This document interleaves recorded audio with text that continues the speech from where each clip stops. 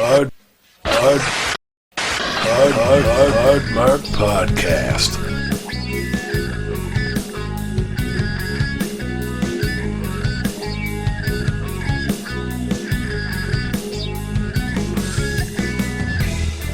All right. Hello, everybody.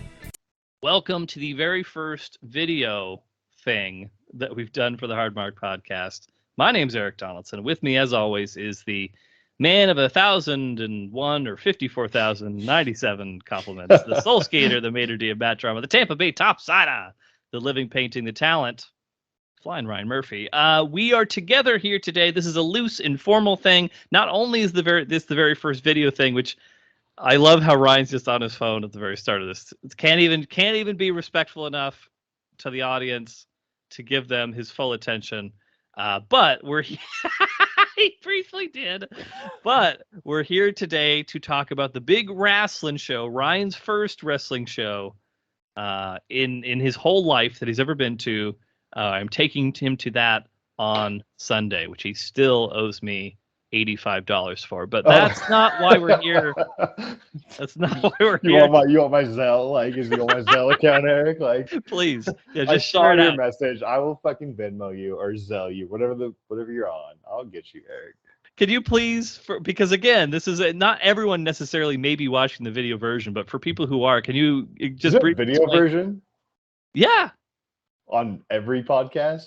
Spotify allows for video, so this will be up on Spotify. Anyone who's listening on Spotify will be able to see us. I'll also post it up on our YouTube channel. Look at my room. Like, look where I live. Look how I live. A fair, I don't reflection. think that's fair. You have a nice, like, I live in a house. I got a fucking slidey deck. Like, you got everything. Like, and I have a bed that's barely made. Like, you got a printer.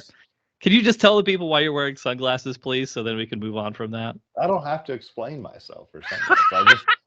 Jesus. I just put them on. This is what I've been dealing with, ladies and gentlemen, for the past 15 to 20 minutes. He's real chippy, and it's unclear why. I think he had to work a full day, and now he's just very punchy. So I don't know what that means for this recording, but this should be relatively brief. This is literally just going to be kind of running down the card, the list of matches for the big AEW Double or Nothing show in Las Vegas this coming Sunday, May 29th. And so again, this will be Ryan's first show that he's ever seen live, period. Not even necessarily in person, but I don't even think Ryan's ever even watched live wrestling since maybe a couple minutes here and there when he was a kid. Would that be fair to say? Like on TV? Yeah. Yeah. I've definitely never been to a wrestling match. So that said, I did tell some people I was going to a live wrestling match, which sparked interest in the podcast. And I think I texted you, but he could not put his, we were at the bar. Usually you kind of hey, I'll listen to it for a second, blah, blah, blah. This guy had his phone up to his ear for probably 10, 15 minutes. He's I think he said he likes you, he's this guy can run a podcast, nice. What a fine compliment that is. And I'm so he saying, may even be watching your risky business looking ass right now. He could be. But shout out to the person who puts it together, on the daily, not quite that often, but a fair amount of my free time does go into this. So thanks. But for anyone who may be watching this, you've never seen or heard us before. Basically, the brief synopsis of our show is: I've been watching wrestling for multiple decades. Ryan has now watched just over approximately 60 matches in total. We have charted each of those out. We have all sorts of different data points. We are ranking every single match that he has watched in his history of pro wrestling fandom. And so we're basically just kind of now taking that next step into bringing Ryan to a live wrestling match. So if this is your first time checking this out, I hope you enjoy this, and I hope you enjoy some of the other episodes that you may check out as well. But for Sunday, Ryan, I thought it would be good just so you have some frame of reference for what it is that you're going to be seeing. I'm sure not everything that we talk about here today is going to stick with you, but I thought it'd be good because Jesus. You're going to be, Jesus, Eric. I would not blame you. I'll just These say things that. stick in my mind. Every wrestling match I've ever watched. Well, right here. Organized in a table in my brain, you know. You've got a Google sheet in your mind right now. Pivoted it out, you know, just like, yeah, it's don't disrespect me, Eric. Well, this is so Ryan, in total on this show on Sunday, there is 11 matches announced. Are we seeing 11? We are going to be seeing 11. Wow. And so the reason that we are here today, Ryan, is to kind of give you a rundown, a summary. I would expect this show to be approximately 4 to 5 hours in total. All right. I mean, it's we have seats, so you're not having to stand that whole time. I know your bum ankles and everything. They're not. Yeah. Okay. All right. But so that's just kind of the general kind of vibe of this thing, just so you have a mental preparation. But let's go into the details around this thing. So the show that we're going to, it's called AEW. That stands for All Elite Wrestling. That is their Double or Nothing show. They always, or at least they usually have it in Las Vegas when there's not a global pandemic happening. But this show is going to be the 3rd anniversary of this upstart wrestling company. It is owned by Tony Khan, who is the son of the owner of the Jacksonville Jaguars. That means anything. It does to me. Okay. They're the first company in decades, and when I say first company, I'm talking about All Elite Wrestling. They're the first company in decades to pose a serious challenge to the WWE for the U.S. wrestling market. So they're kind of an up-and-coming type of promotion. So they're known for very extremely hot crowds, high flying action, crowds that are like reacting to everything. Well, nice. I like that. A lot of WWE crowds, you know, and this isn't necessarily like to shit on them necessarily, but a lot of them are families. I wouldn't say that. There's a lot of families. They tend to come sometimes like be sitting on their hands. You know, it takes a lot to get a reaction out of them. Whereas AEW, like everybody that's going to the show except for you, is super into the product, very knowledgeable about it, and like reacts to everything. So it should be a very fun live environment. Is it supposed to be filled to capacity? So I think it is filled to capacity. It's going to be at the T-Mobile Arena. I've been there. Have you really? Yep. For what? Hockey. Oh, okay. So the stage that they have set up for the show, that is going to take out a portion of the seating, so it's not going to be necessarily like as full number wise as it may necessarily be for like a fully sold out hockey game. But for the amount of seating that they have, I believe it has been sold out for months. Well, yeah. But luckily you were on it a year ago. I've been planning this for a good long time. But before the actual main show starts, Ryan, there is going to be a pre-show match. So I'm going to send to you a link here. And so for each of the matches that are happening, I'm just going to send you a quick link your way so you can kind of see, and you can follow the link if you want. You may even be able to just get what you need from the little screen grab there. But a little overview of each of our matches. So let me know once you have that in front of you there. I do. Okay. So this match that you have up in front of you, that is going to be the pre-show match. So not that there's really any difference for like our experience of being fans in the audience, but technically for most pay-per-views, you've got like where the actual show starts, and then they'll usually have a match before that to kind of entice people. Hey, you should buy the show, whatever. So this is the pre-show match. It is Hook and Danhausen, which are the gentlemen on the left-hand side of that picture, versus Tony Nese and smart Mark Sterling. Not hard Mark Sterling, but smart Mark Sterling. So in summary here, Hook, the gentleman on the far left there, he's a cool young badass that everybody loves. His partner, Danhausen, is a weird comedy demon guy that everybody loves as well. They have decided to join forces to the delight of AEW fans. Tony Nese, who is the shirtless gentleman on the right, he has felt disrespected and overlooked by AEW fans and has set to make a name for himself by taking out these fan favorites. Again, I'm talking about Hook and Danhausen. His manager, Smart Mark Sterling, has gotten mixed up in things too, creating this match. I would expect comedy hijinks. It's the tag team match, or it is a tag team match. There is going to be a lot of team matches on this show, for better or for worse, and we'll see that as we kind of run down the card a little bit. But yes, this is a tag team match. It's the very first time Hook and Danhausen have teamed up together, and they are taking on Tony Nese and Smart Mark Sterling. But again, should be more of a comedy match, less of a serious grudge match type of thing. I'm taking it seriously. As far as anything, and for each of these matches, I've written down something that Ryan may need to do or kind of keep in mind during the match. For this one, just have fun. We'll see. Any questions around Hook and Danhausen versus Tony Nese and Smart Mark Sterling? No, I don't have any questions. All right, let's move along. So to the main card, my friend. It's important to note that at the main card, there's going to be the finals of 2 Owen Hart tournament brackets, we'll just say.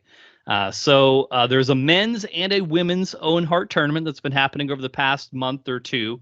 Owen Hart is actually someone who I've seen on the program previously. He reminded you of your Uncle James. He actually died back in 1999 performing a stunt in the ring for the WWF. In the ring, he died? Yeah, doing a stunt. He did not die wrestling. He died doing a stunt in the ring. Basically, they were lowering him from the ceiling, and the harness that they had him rigged up to failed, and so he fell, not all the way from the top of the arena or anything like that, but basically far enough to the point where he died. And so because of that, because of him dying in a stunt, his widow, rightfully so, has declined any involvement with the WWF ever since then because of their negligence with that. And so this tournament, this Owen Hart tournament, is the first time in over 20 years that Owen has been honored for his contributions to pro wrestling. So it's kind of a big deal in that regard. Yeah, no, good. That's crazy. It's yes, so it's a big deal. I know there's a lot to thrust on you that you weren't necessarily expecting, but as far as the finals of these tournaments, here is the finals of the men's side, which is the longest link. I know. I don't know where that came from exactly, but it came from somewhere. But we've got big boy Samoan Bruiser. We've actually seen him before. Samoa Joe. He was actually described by Ryan as being, quote, cuddly, unquote, back in episode 52. He was in the big TNA triple threat match that we watched. He is facing cocky dick Adam Cole in the final of the men's tournament in a first ever meeting between these two. So expect Samoa Joe to rely on his power, his strength. Expect Adam Cole to use speed and trickery because, again, he's kind of a dick. He does look cuddly. Like I just stand by that. I bet he smells great too. Yeah. And I'm not saying that to be like a dick. I bet he actually smells phenomenal. That's just my gauge looking at him. Yeah. Mm-hmm. As far as things that Ryan has to do during the match, Adam Cole, his entrance song. There are points where people all yell boom. I'll make sure to give you a little nudge to the ribs whenever you got to yell boom during that. Also, he does a thing where he kind of like gets down in the ring, etc., and then he like waits for it, and then he pops up, hits both double fingers in the air, and he yells Adam Cole baby, and the entire arena will also yell Adam Cole baby at the same time. So you got to do those things. You also, if you ever hear people start to chant, Joe is going to kill you, you got to participate in that chant as well, which that's kind of a Joe is going to kill you. That's the cadence. I'm into it. That's what I do. So if you're not hoarse by the end of this thing, I'm going to be disappointed. I will be. I plan on being. Yeah. I hope you're wearing your sunglasses during the show. Our next match, sir, which is the other Owen Hart tournament finals for the women this time, however. I couldn't get a picture because it's not really determined who's actually going to be wrestling just yet. So I did my best.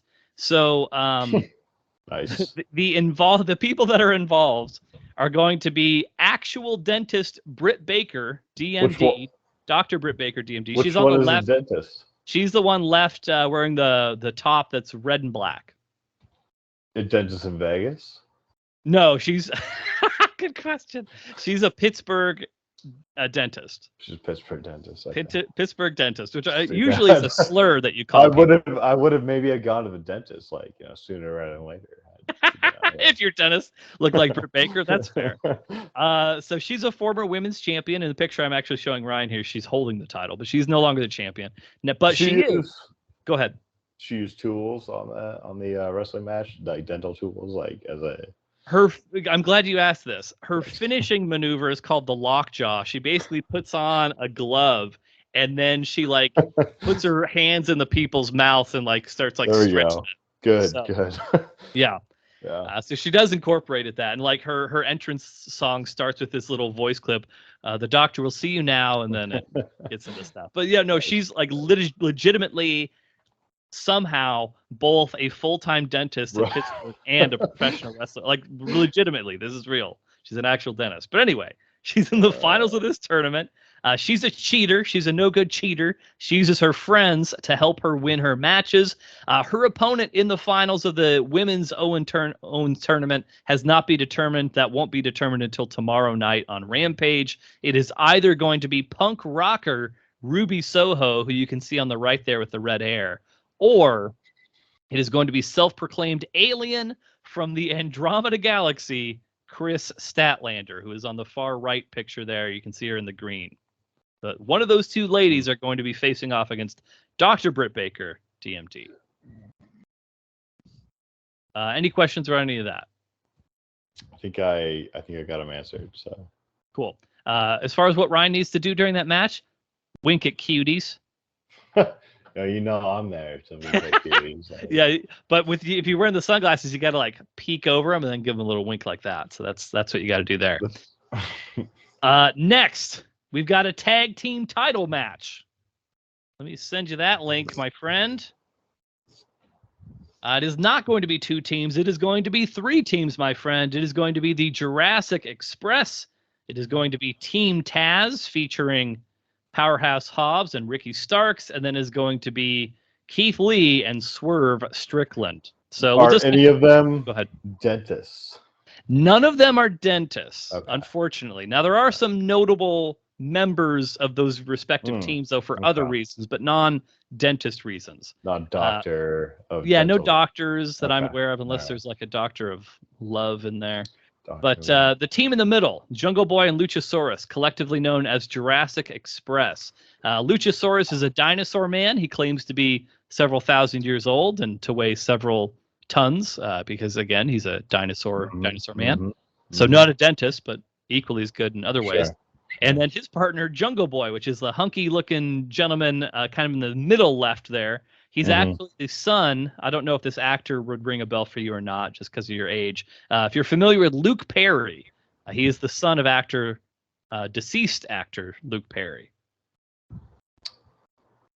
Luke Perry. He was, most notably, and again, this is before your time. Not Luke Wilson. No, not Luke Wilson. A different Luke. No, Luke Perry was on Beverly Hills 90210 back in the day.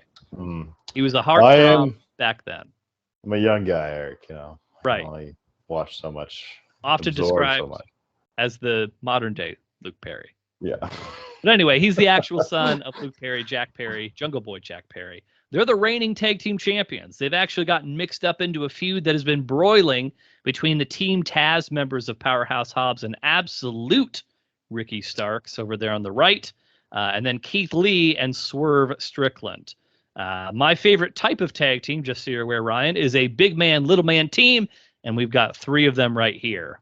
Also worth noting, Swerve, who is not on the far left, but he is immediately next to the gentleman on the far left. Swerve hails from Tacoma, Washington. Great city. One of my favorites. Great city. I've seen him many, many times wrestle in the great city of Seattle. So I'm pulling for them because of our local boy Ty right there. Let's see. As far as things Ryan has to do during the match, he has to sing Jungle Boy's theme song. So Jungle Boy's theme is Tarzan Boy by Baltimora. If you know that song. Oh, Do they that. they put the lyrics up on the big screen while you're singing, like just You just have to do the chorus. You just have to do the oh. You know what else? Nobody knows the actual words. Is that a baseball stadium song too? I don't think I've heard it at a baseball stadium, Okay, but I wouldn't know well, the that. way you're describing it makes it sound like. If you just Google Tarzan Boy Baltimore, you'll be like, oh yeah, I know. It was big in like the early '90s. I think there was some Jonathan Taylor Thomas movies that probably had that. Jungle with Tim Allen, I think, or something. I don't know. Oh. No, different. No, that's Zombie Nation. That's Zombie Nation. Oh, sorry. Eric. Well done. Well fucking like handled right there. Similar but different. Okay, I can see how those two things would get mixed up. As far as so things you have to do, you have to sing to the Jungle Boy theme song. There is probably almost certainly going to be a chant of "Whose house? Swerve's house." So you got to do that. And then his partner Keith Lee, big boy Keith Lee, you have to chant "Bask in his glory" when he does rad shit. So Keith Lee's like in the mid 300 pounds. He's like a former football player. He's incredibly athletic for his size. So when he does fucking awesome shit, people are going to start chanting, "Oh, bask in his glory." And you got to get in on that. Just bring a sign, maybe, like just a sign of chants. Consolidate like all the chants into one sign. Right. That way, when you're confused, I can just point that chant right there. That's right. Like I'll bring you can flip them over. No, I understand. I'll be the sign guy. Yeah. Everyone loves a good sign guy. Next, we're going back to the ladies because we have got ourselves a TBS championship match, which is kind of like a secondary women's title. It's not on the world title level. It's like a mid-level, like the Intercontinental belt for the WWF, as we've seen before. But we've got Jade Cargill versus Anna Jay. So Jade Cargill there on the left with the green hair. She's an undefeated rookie. She is currently 30-0, which is much better than Ryan's record as it stands right now. They're not comparable, Eric. What a dick statement, dude. You think it'd be a lot easier to just win those matches than it would be to predict the matches? I'm just saying, Eric. You can't cross those up. Well, I mean, I've been through a lot. Lie. That's true. Right. I mean, you're wearing sunglasses for Christ's sakes. Yeah. But Jade Cargill is the current TBS champion. She's also the very first TBS champion for that matter. She's defending against one of the youngest members of the AEW roster, the 23-year-old Anna Jay, who is a member of the popular Dark Order faction. Jade Cargill wants to continue her streak. Anna wants to establish herself and win her first title in AEW. So overall, pretty simple stuff. Good. Things Ryan has to do during this match, maybe consider getting Eric a beer and a snack. I will. I'll buy her a beer and a snack. What snacks does she like? I don't know. Is there any cool food that's at T-Mobile Arena that I should be aware of? Jesus, Eric. Garlic fries are always good, but I don't know. They don't have garlic. That's a Sicko Field Staples. I didn't know. Then fucking, I don't know, man. We'll talk more. We'll figure it out. Maybe not. We'll take this offline and then we'll circle back. Yeah, some synergistic solutions will be found. Mm-hmm. Next, we've got Death Triangle versus the House of Black. So this match, I think you'll probably end up liking quite a bit. This should be a fucking wild time. We have got Pentagon and Phoenix, who are 2/3 of the Death Triangle. They are the gentlemen wearing the masks. They're both insane. And then their partner, Pac, who's kind of the angry, brooding man in the center left. He is one of the greatest athletes in the history of wrestling, in my opinion. Oh, nice. They are all pissed at their opponents, the House of Black, because their leader, the gentleman in the center there, Malachi Black, has been spitting poison in their faces for months. Malachi is backed up by his disciples. We've got Buddy Matthews on the left and Brody King on the right. So grudge match. We've got a you spit poison in my eyes grudge match. A tale as old as time happening in this one. As far as things that Ryan has to do during this match, he needs to bask in the crapulence of the House of Black's rad entrance. It's fucking cool. All the lights go out. Then there's like spotlights that shine, and like it's because the lights are all dark, you don't know where they're going to be, and then they pop up and there's lights. It's fucking awesome. And also on the far left there, that's Pentagon. He's the one sticking his little tongue out. He does a thing because he's a native Spanish speaker. Cero miedo. That's his catchphrase, which means zero fear. But he does a thing where he's like zero miedo, and he sticks his hand in the guy's face, and so you got to chant along with that. I will. I'll throw the sign up too. Yes, because you're going to win that, and they're going to give you the Stein as a prize, and then you're just going to walk around Vegas holding this Hofbrauhaus Stein. That's what I'm planning on. Like the perfect plan. Mm-hmm. Mm-hmm. Moving along to our last couple of matches. I know it feels like we've talked about a lot, but there's still a couple more. We have got the Women's World Championship match. So we have got the defending champion Thunder Rosa on the left there. She is going to be facing off against Serena Deeb. So Thunder Rosa is a brutal-looking woman. Like, Thunder Rosa? No, the other one. Serena Deeb. Damn. So there's kind of a hook for both of these people. So Thunder Rosa on the left, former MMA fighter turned professional wrestler.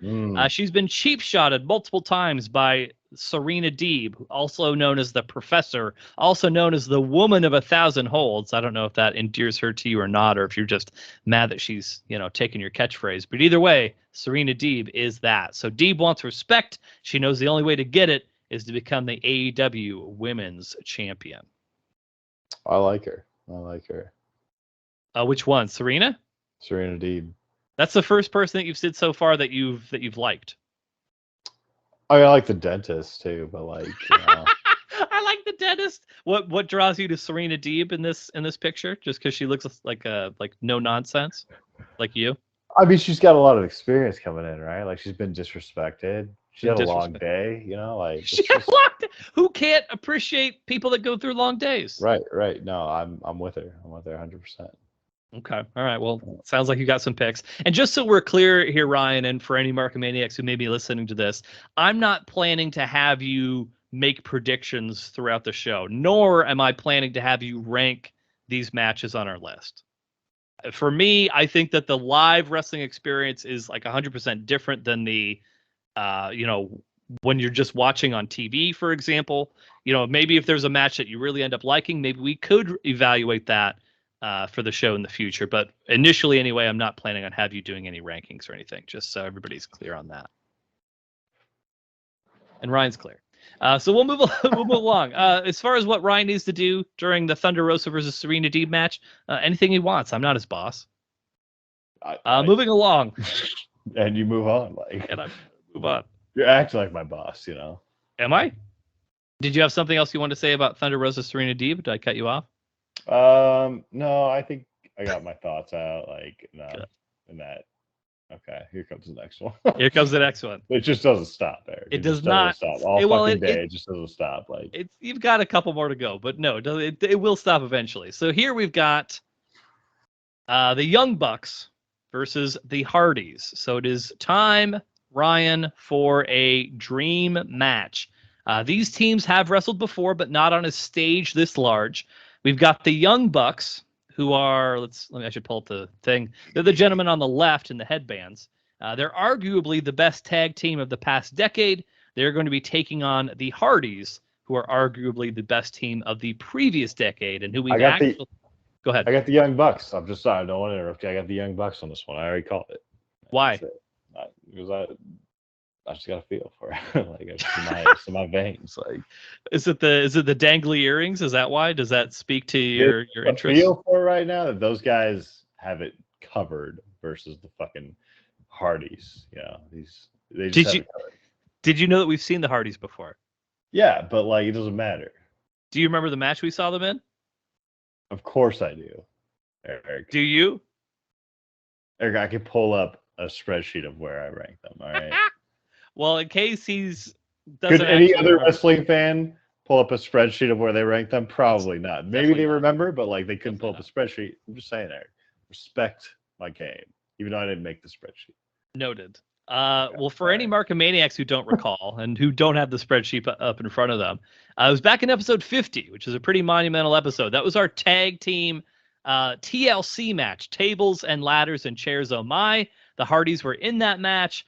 They're still kicking around. That match that we saw back in episode 50 was in the year 2000. So imagine all the bumps that have happened since then, all the other ladder matches that have taken place since that point. So I would, in my opinion, I would expect the Bucks to go out of their way to make the Hardys look good, win or lose, but it should be very sports entertaining.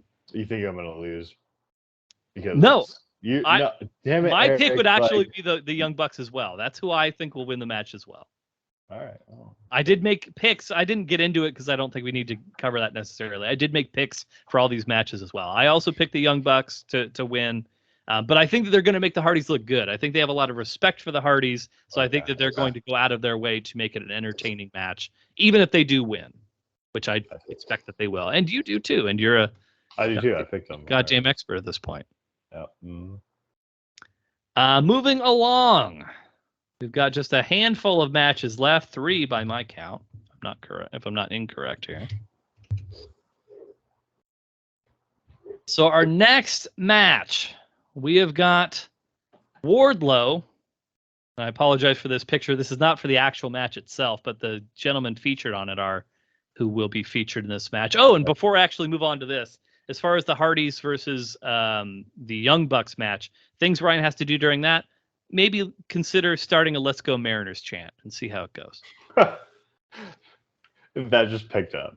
Yeah, right, exactly. Everybody like, yeah, fucking Ken Griffey Jr. I love that guy. I might wear my Ken Griffey Jr. shirt to the game, to the wrestling match. Well, you have a wrestling shirt you could wear to the wrestling match, Ryan.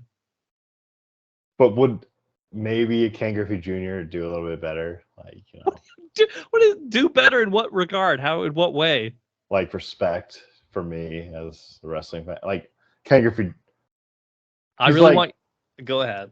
No, I mean, I'm just saying, like, you know, as far as he's the pinnacle of his sport, you know, that's what I'm here for. I'm here for pinnacle of wrestling. Like, people get it. Part of me really would like you to wear the low shirt because in the off chance that somebody, because everybody's going to be wearing fucking wrestling shirts. What if I do this? What if I wear the low shirt and then I put the Ken Griffey Jr. shirt on top of the low shirt? You're not going to get too sweaty. You still see it. It's Vegas, man. It's hot. So. I mean, either way, but it would make me laugh very hard if you were wearing the low shirt and somebody stopped you, was like, "Oh, nice shirt," and you had to like play along like you knew what the fuck they were talking about. That would make me laugh quite a bit. But like everyone's gonna be wrestling shirts, so you came all the way out to Vegas.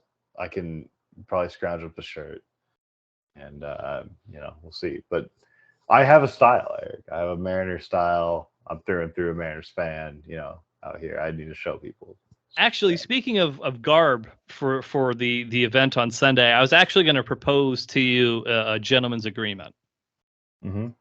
So we've talked a little bit about this Steinholding contest. We've floated out some ideas of what the loser may have to do. I don't think some of the ideas, while funny, I don't know how practical they are about giving Ryan cornrows and you know, bleaching my tips and stuff like that. So I wanted to throw out to you something.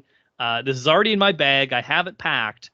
I have I guess I really can't think of any other way to describe it besides a onesie that looks like you are naked.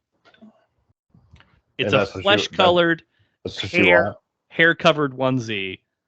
I was going to float the idea to you of whoever loses the Steinholding contest would then wear that onesie to the wrestling match the next day. I mean, it's fair. It's fair offer. Like, you know, let's float it for a little bit longer in our heads. That sounds like somebody who's not especially confident in his ability to win the Steinholding contest. I mean, Eric, you know how I am. Have I ever lost in the Steinholding contest? Have I ever lost? You were 1-0. I'm 1-0. Exactly. So not as good as Jade Cargill. You know, still pretty good. I just want to, you know, hey, I'm a guy who floats ideas in their head for a long time, and I'll show you the bodysuit before we do it, before we agree on it, and then you can make a decision from there. And if we do end up doing it, we'll make sure to snap some pics and post them on the social media, which we're on Facebook, Twitter, Instagram. I don't want to be the guy. I'm not just counting your idea, Eric. I'm the guy who's open for ideas. This could. I'm just. Float, sure. Yeah. You want to see for the fans, like if that's what they want, that's what I do. Yep. I'm there for the fans. I'm there for the people of this podcast. Sure. You want to see how the bodysuit looks, how the jumper, the onesie looks. No, I don't you even also want to see how big and beefy my arms are looking before you commit to it. I understand. Hey, if it's for the people, I am the people's guy. So that's a yes. That's a yes. In the state of America right now, this is the people's that's what guy. we need. Bring people together, Ryan. So the next match, MJF, who is the gentleman on the right with the Burberry scarf and the nice little suit, he is going to be taking on Wardlow. So MJF, which stands for Maxwell Jacob Friedman, is the biggest piece of shit asshole in wrestling in the best possible way. I'm not saying that. On the right, of the guy on the right. He's the guy on the right. Yeah, he's the guy you love to hate. He looks the part. Yeah. Big piece of shit. Maxwell Jacob Friedman. He has had Wardlow, the other gentleman there, under a personal service contract for the past 2 years to be his bodyguard lackey. Finally, the monstrous Wardlow has seen the light. He is fed up with MJF's shit, and he wants out of that contract. MJF has graciously accepted under the condition that Wardlow beat him at Double or Nothing. But as per usual, there was a series of catches. 1, Wardlow could not touch MJF before the event. 2, Wardlow had to allow MJF 10 lashes. So MJF had to literally whip him 10 times with his belt, and Wardlow just had to sit back and take it. And then 3rd, Wardlow had to compete against MJF's pal Sean Spears in a steel cage with MJF as the impartial referee. And 4, and lastly, if Wardlow loses at Double or Nothing, he can never sign an AEW contract. So I would expect, with 2 years worth of build behind this match, I would expect a very hot crowd. Everybody's going to be losing their shit for Wardlow. Nice. I would just say there's some style on the right, man. Like that, you don't see that. Oh, MJF style. I'm not saying like I'm just. It's sure. You strike me as a big Burberry guy, big scarf guy, potentially under the right circumstances. Yeah, like if I put one on, it would look good. Like but I don't. With those sunglasses, with those Seattle Children's sunglasses. I'll wear a dress. Maybe I'll go to the match. I'll wear a dress shirt with a scarf. But then it would be. Do you own a scarf? I don't have a scarf. You don't have a scarf. Don't have a driver's license. Or overcoat. Like I don't have but I barely have a dress shirt, Eric. These are all easily remedied. Might come in my nicest, finest wear, Or maybe a nude or jumper. Maybe, if it's hey. And it looks like body hair too. It's pretty good looking. There's nipples on it. It's solid. It's Vegas, man. Like that could be a possibility, As far as what Ryan needs to do during that match, 1, stew in hatred for MJF, and 2, chant Wardlow during his silent entrance. So one of the things MJF has done to try and get underneath Wardlow's skin is he's taken away all his music, no pomp, no circumstance for his entrance, and he's led to the ring in handcuffs for each of his matches too by personal security. So everyone will be chanting Wardlow then. Second from the last match. We are almost to the end of this thing, my friend. And this one should be a fun one also up there for possible match of the night. We've got Anarchy in the arena, which means that you can fight anywhere in the arena. We've got 10 men, 5-on-5. We've got the Jericho Appreciation Society there on the right. And then we've got John Moxley, Bryan Danielson, Santana, Ortiz, and Eddie Kingston on the left.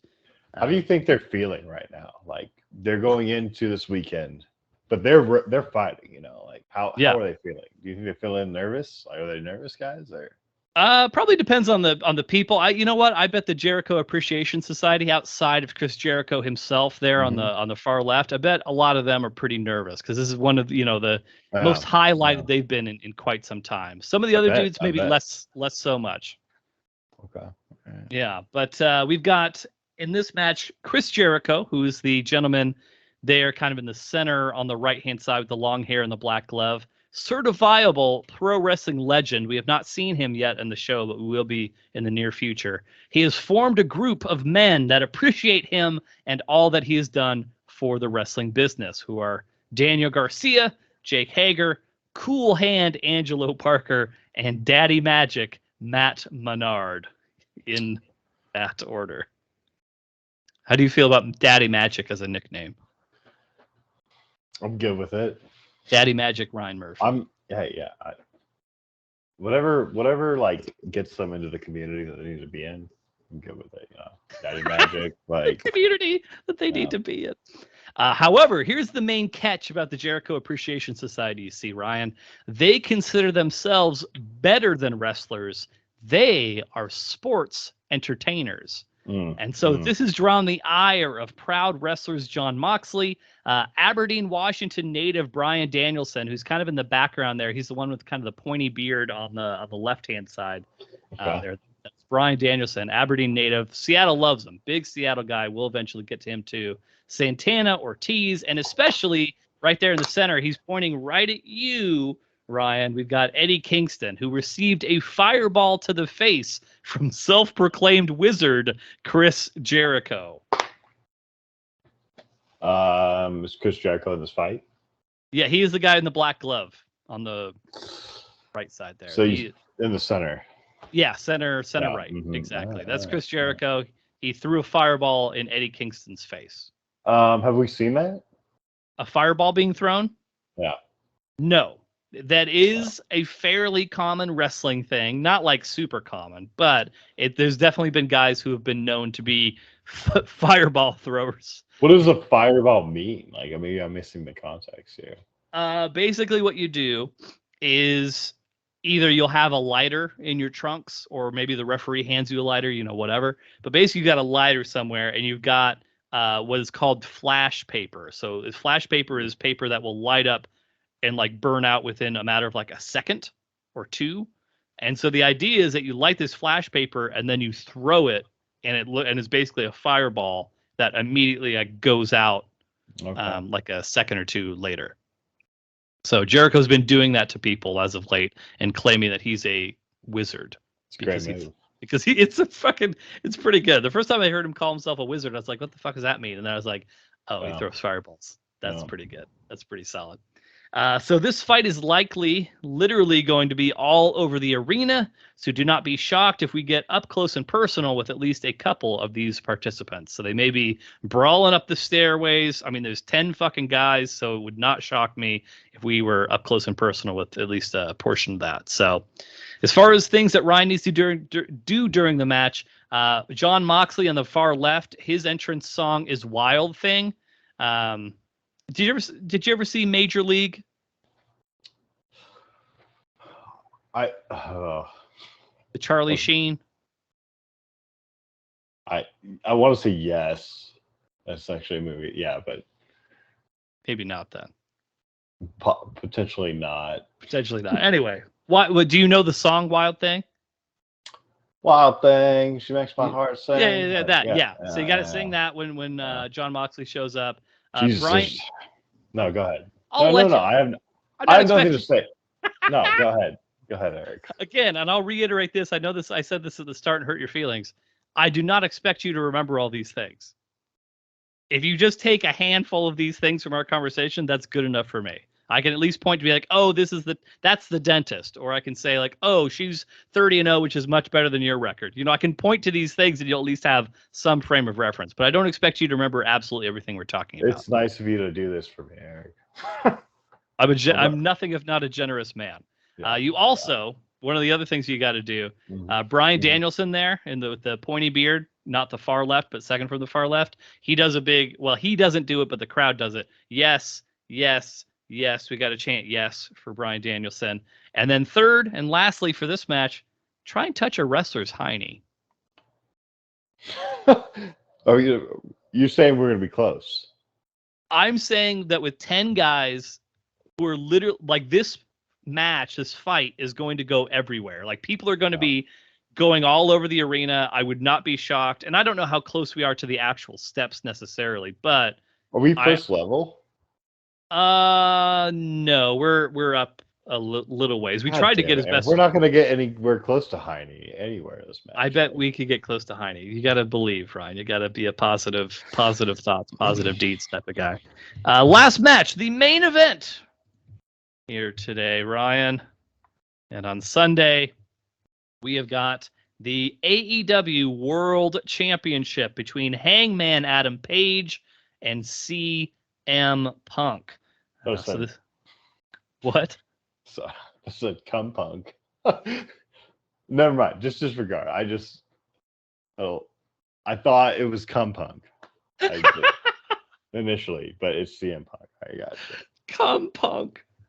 With a U. Well, I'm never going to be able to. Yeah, No, I picked that up. Yep, you didn't. Yeah. I didn't have to. All right. Let's move on. Jesus Christ, Ryan. I'm never going to be able to live that down now. I'm never going to be able to see that without thinking cum Punk. But anyway, we've got Hangman versus Punk. Hangman Page on the left, the current champion. All right. He's carry on. Thank you. He has been a fan favorite champion. Much like yourself, he is a self-described anxious millennial cowboy. Who? Hangman Page with the long blonde hair. I love it. He's finally put his doubts aside. He's finally started believing himself, and he won the AEW title from his longtime rival, Kenny Omega, who we've seen on the show at the end of last year. Since then, he's been on a mission to prove that he is a worthy champion. He's competed in 60-minute matches. He's had these bloodbaths. He's been coming out on top of all of these different fights. However, the returning legend, CM Punk, not cum Punk, but CM Punk, has other plans. So after stepping away from wrestling for 7 years, the straight edge hero, Punk, has returned to AEW, and fans are excited as fuck. CM Punk, he's not the biggest, he's not the strongest, the fastest, but his mind for wrestling is second to none, and he has gone out of his way to try and get inside the mind of the Hangman with a great deal of success. Well, he's already he's in his mind he's not there, right? Like Hangman's had some trauma, as a millennial, an anxious millennial cowboy like yourself. Eric, this might be the most standout guy I've ever met in wrestling in the 60 matches we've done. I'm a Hangman Page fucking fan for life. This is my guy. My loyalty does not waver. It does not at all. This is. I will wait 4 hours to get to this match, and then I'll be Hangman Page. I'm Hangman Page all day. I hope that you're just the right amount of drunk for when this match starts. Not too drunk, not too little drunk, but just right. The porridge just right. I might be very drunk by the time this match hits. If it's number 12, there's a lot of matches, but it's only 11. Okay, Crybaby. 11. Hangman is my guy. I'm gonna keep that in mind. Maybe we can get you a nice Hangman Page shirt. Represent. Yeah, let's fucking do it. I'm gonna go there with a Hangman shirt. Perfect. We'll make that happen. Wow. So Punk wants to cement his return to the ring. Again, he was gone for 7 years, and he wants to prove that he is still the best in the world by winning the world title. Whereas Hangman Page wants to establish himself as the greatest AEW champion of all time, which defeating the legendary CM Punk would likely do. Let me ask you. Sorry, I don't want to cut you off, but so all these matches are for the title. They're all lead-up matches, and this is the title match. It's this is the biggest title in the company. This is the main men's heavyweight title. Yeah. This is the main event. There are other title matches that are going to be happening, but the women cannot wrestle for this title, for example. There is a women's title and there's a men's title. Well, that's fucked up. Should we? Why not? Because some sponsors don't feel great about. I don't know if this is a legitimate question or not. Some sponsors don't feel great about having intergender wrestling. There are companies that do that, but AEW does not do intergender wrestling. There's no AEW like women's title like. No, that's what I'm saying. Is that there is a women's title and then there is a men's title. This is the men's title that we're talking about here. Okay, I see what you're saying. Yes, but there's two women's title matches. There's a women's world title that has your friend Serena Deeb, the professor, the woman of 1,000 holds. She's in the women's world title match. Not the dentist though. Not the dentist. No, she's in the Owen Hart tournament. It's a lot, man. There's.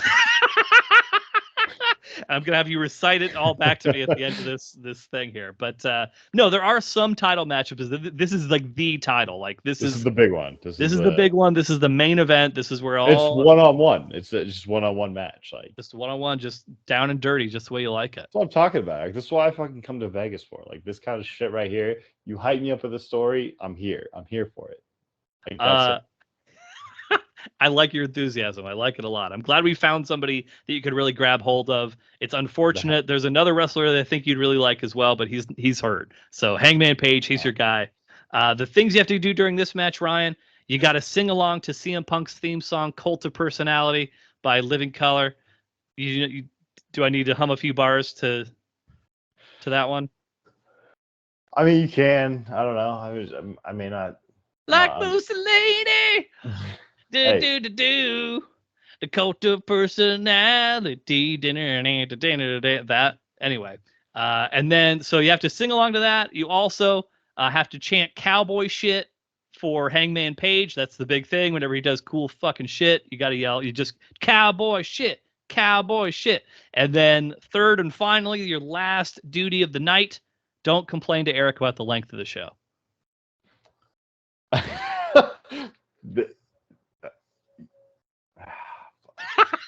I mean, you're making it pretty clear, but god damn it, Eric. Like, if you're saying 4 to 5 hours. So we can probably do the math on this. So the actual pay-per-view event itself starts at 5 p.m. The pre-show starts at 4. Yeah, it'll probably be about 5 hours. It's not like too. I'm not a complainer. I think our fans. Everyone knows that. Talk to Greta. She would say I'd never complained, but yeah. Clearly. I'm an unfocused guy. Like, I think and correct me if I'm wrong. I feel like in general day-to-day life, we have so few chances to just be rowdy and just fucking yell, where it's not only is it allowed for you to be yelling, but it's like encouraged to just like fucking get into it. And so I think the thing that I think it's impossible to have a bad time at a pro wrestling show as long as you just allow yourself to like get swept up in it. If you're self-conscious, and not that I think that you would be, but if you're like self-conscious and like, oh, I don't want to do like stuff, like you're probably not going to have a great time. But if you just fucking allow yourself to enjoy it and kind of just take it for what it is, I think you're going to have an amazing time. First of all, Eric, I'm very self-conscious. Like, I'm my number one trait possibly, but that I am preparing myself to be fully like indulged in this 5-hour match. I've never gone to a wrestling match. I'm very excited. I'm very excited for all of them, not just the young struggling millennial, right? For the whole gang, the dentist. But I'm gonna get there, and I'm gonna, Sunday I'm gonna plan to really just like drink up to a perfect extent, and right. Just take it where it needs to be. Like, take wrestling to the state it needs to be. Like, they need me. They need a guy like me who's, not a wrestling fan, right? Who got dropped into the wrestling podcast game. Yeah, they need me. Like, so I'll be there for them. I'll be there for them. I'll be there for myself. I'll be there for the podcast. I'll be there for everyone.